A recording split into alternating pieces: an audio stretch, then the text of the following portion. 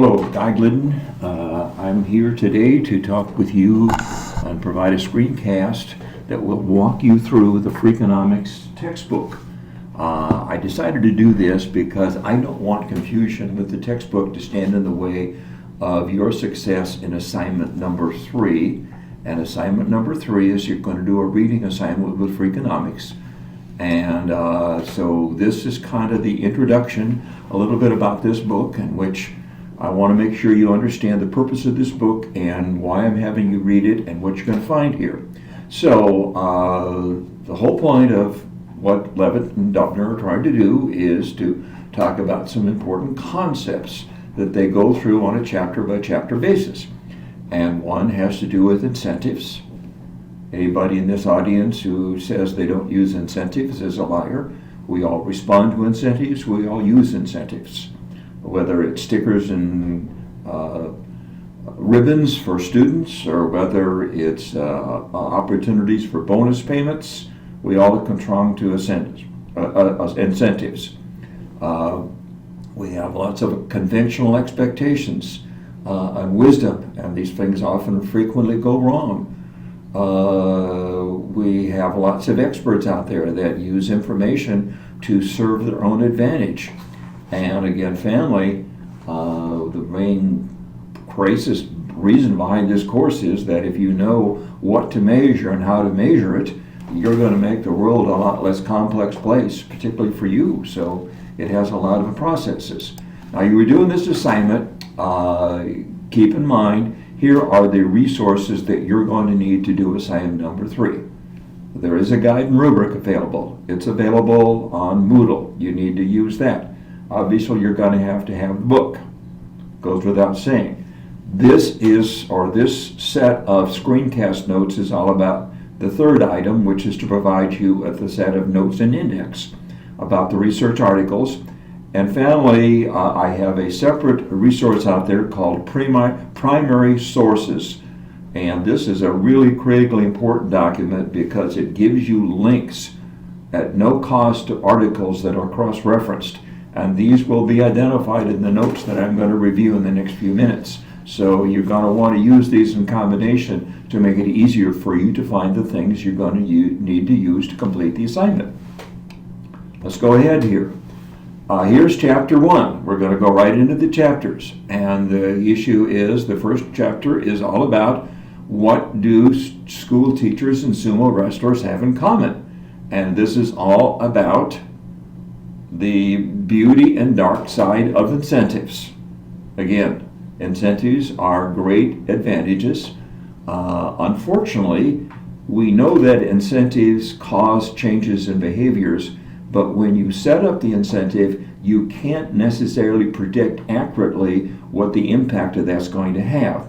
And so here are 3 references, and I've included 3 things on here that are cross-referenced to articles that you will find in the source that I provided to you, the source guide for primary sources. The daycare center incentive is great. Clear example of miscommunication. The people in the daycare center were plagued because parents were not picking up their people on time. They decided to fine the parents when they didn't show up on time to pick up their kids. The parents looked at the fine, realized the fine was not excessive, and thought that was intended as just an additional payment to cover the additional time for showing up late. So what happened, rather than improving the pickup time situation, it made it worse. Incentive went the wrong way.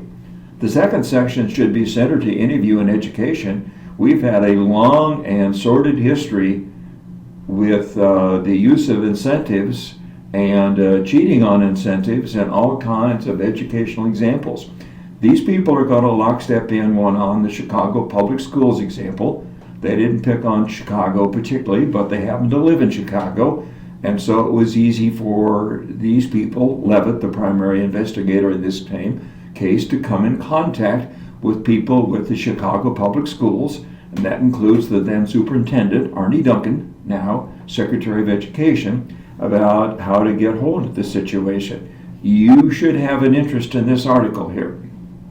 Family, you like me probably know nothing about sumo wrestling other than the fact that sumo wrestling is like the sacred sport of Japan, like above the incentives of sport. We'll guess again. Now there's another article here that's really great on the Bagel Man. Unfortunately, I can't get you a link on this process. You might want to read that because it's kind of shows the incentive in a slightly different way and in a positive note.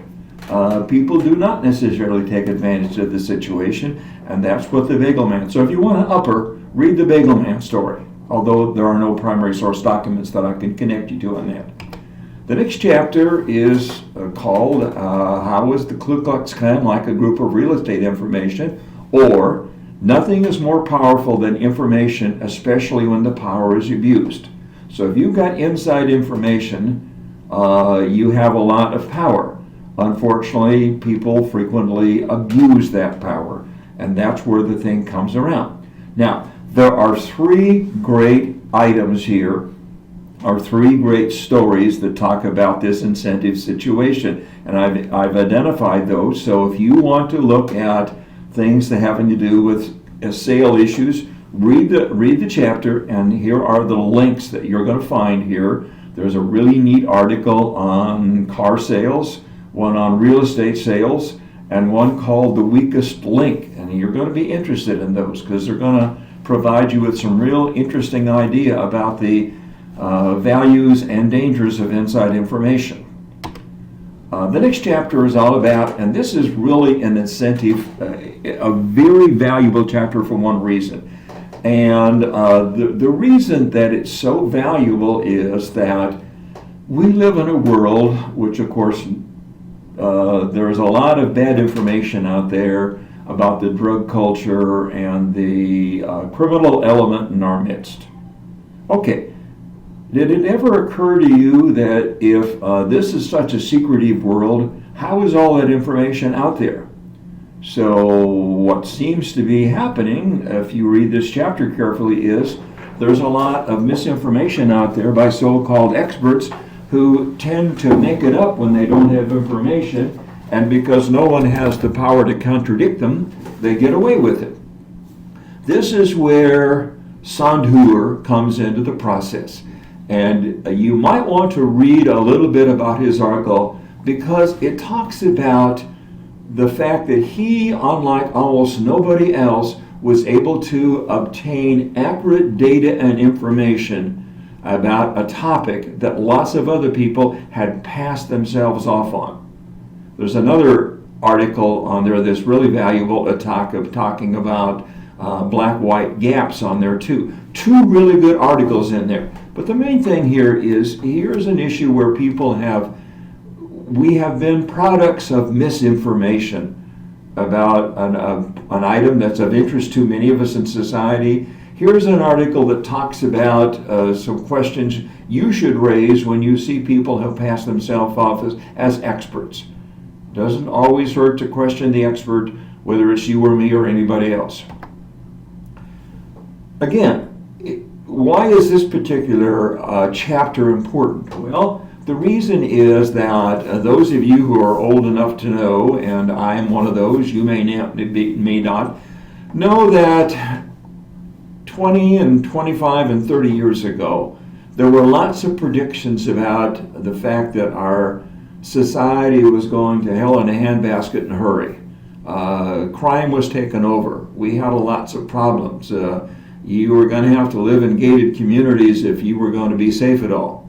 Well, the fact remains that now in 2013, when we look at crime data over recent history, things have gotten better than we expected. So there's a lot of reason why our place is safer. For example, factoid, not particularly important to you, but I was interested. It's very safe to visit New York City as a tourist now because the crime rate and murder rate and major and minor crimes in New York City have gone down tremendously. 20, 30 years ago, it was predicted that nobody would be safe in that city. So what's happening? Now, let me give you a caveat on this. I realize that there are going to be some articles in here that are going to involve an issue that's going to make you uncomfortable. The issue is abortion. And I understand this is a huge divide of public opinion, but you also have to understand that from the point of a researcher's got to go into a problem without having blinders. So the researcher's got to put all of the possible options on the table and look at what happens. And so you're going to see some articles in relation to this. So again, what happens when our predictions don't pan out? How do we explain that? An interesting process. The last two chapters all have to do with parenting, and I can't imagine some of you not being interested in this article and this issue. Now, unfortunately, the main article that's the source of the beginning of this chapter, the work by a person by the name of Julie Harris, is available only in book form, and I was not able to find anything that was available in terms of a research format that you could get without buying the book. Now, there is a link to a section of a New Yorker magazine article that's very interesting and provides background information about this person and about the concepts, but it's not a research article. So if you're going to read it, you're going to read it for interest's sake. It's not going to help you with this assignment particularly. But there are 4 great articles here that are well worth looking at, and some of them have to do with school issues, income gap and test scores. Going to look at that in Kansas, so look at it in Chicago. Same thing.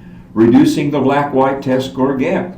I spent most of my career as a researcher and as a measurement specialist looking at achievement gaps and trying to give clues as to how we might change them. So this is an idea. Also, there's a whole thing there talking about school choice, and that seems to be something that parents think school choice is a really great thing and would really help the education of their children. Well, does it? Read the article.